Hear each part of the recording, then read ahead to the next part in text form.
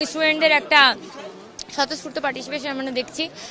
যদি ভিতর থেকে কোনো ইঞ্জিনিয়ারিং না হয় তাহলে আমরা আশা করি যে ভোটের ক্ষেত্রে হয়তো এখনো পর্যন্ত একটা সুষ্ঠু এবং নিরপেক্ষ পরিবেশ আমরা পাবো। অবজারভেশনের উপর নির্ভর করে আমরা 4টা পর্যন্ত আসলে অবজার্ভ করছি। এর মধ্যে পরিস্থিতি বোঝা সাপেক্ষে আসলে আমরা মন্তব্য করব।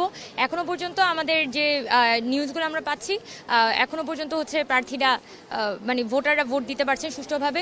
আরেকটা কথা এখানে যেটা বলতে চাই, যেটা আমার চোখে পড়েছে, অনেক ভোটার আছেন যারা একটু বেশি সময় নিচ্ছেন, কিন্তু এখানে কি কোনো ধরনের সময়ক্ষেপণ করার ইচ্ছা আছে কিনা কিছু সংগঠনের মধ্যে, এই বিষয়ে অবশ্যই আমার কোশ্চেন থাকবে।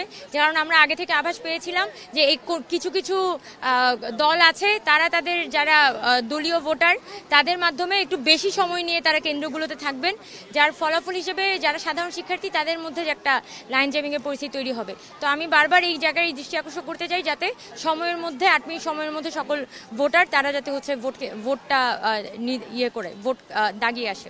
ঠিক আছে, আমি এখনো পর্যন্ত আমরা যেটা বলেছি যে সকালবেলা 7:30টার দিকে 8টার দিকে আমরা দেখেছি যে অনেক প্রার্থী তারা কিন্তু ভোট কেন্দ্রের ভিতরে গিয়ে ভোটারদের সাথে ইন্টারঅ্যাক্ট করেছে, আবার নির্বাচনী আচরণবিধি লঙ্ঘন করেছে। এই জায়গায় অবশ্যই আমরা নির্বাচনী কমিশনকে বলেছি, অবগত করেছি। এছাড়া পোলিং এজেন্ট সংক্রান্ত হয়রানি আমরা দেখলাম যে পোলিং এজেন্ট এক কেন্দ্রের পোলিং এজেন্ট আরেক কেন্দ্রে দিয়ে দিয়েছে। আবার পোলিং এজেন্ট যে গতকাল রাতে সিলেক্টেড হলো, এটা কি প্রক্রিয়ায় সিলেক্টেড হলো সেটা কিন্তু আমরা এখনো পর্যন্ত জানি না। আর এখানে একটা আশঙ্কার জায়গা যে যখন ভোট গণনা হবে তখন কিন্তু পোলিং এজেন্টরা উপস্থিত থাকবেন। সেক্ষেত্রে যদি এখানে দেখা যায় যে এখানে পোলিং এজেন্টরা উপর থেকে সিলেক্টেড হয়ে আসেন, তাহলে কিন্তু একটা আশঙ্কা থেকেই যায় যে ভোট গণনার সময় কি সেই পুরো সুষ্ঠু একটা পরিবেশ আমরা পাচ্ছি কিনা। নারী ভোটারদের আমরা কিন্তু বারবার, আমি যখন বাসে প্রচারণা করছি, হলে প্রচারণা করছি, বারবার বলছিলাম যে আপনারা যাকেই ভোট দেন না কেন, আপনারা হলে আসেন, কেন্দ্রে আসেন, ভোট দেন, আপনার ভোটটা অনেক ইম্পর্টেন্ট।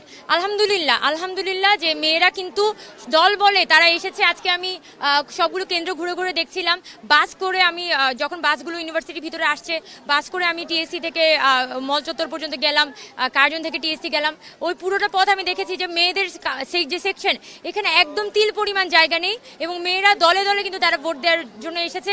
বান্ধবীরা মিলে, তাদের বন্ধু বান্ধব সবাই মিলে উৎসব করে কিন্তু তারা ভোট দিতে আসছে। এই বিষয়টা আমার কাছে খুবই ভালো লেগেছে যে এখানে আমরা যেভাবে এক্সপেক্ট করেছিলাম যে নারীরা এবং আমাদের যে অনাবাসিক শিক্ষার্থীরা আছে তাদের ভোটার টার্নআউটটা হয়তো কম হইতে পারে, সেই তুলনায় তাদের ভোটার টার্নআউটটা অনেক বেশি হয়েছে। সেই ব্যাপারে আমি খুবই খুশি যে এখানে তারা তাদের যে ভোটিং রাইটটা প্র্যাকটিস করার ব্যাপারে যথেষ্ট পরিমাণে আগ্রহী এবং অধিকার সচেতন।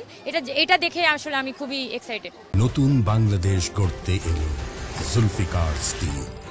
জুলফিকার স্টিল, ইস্পাত দৃঢ় অঙ্গীকার।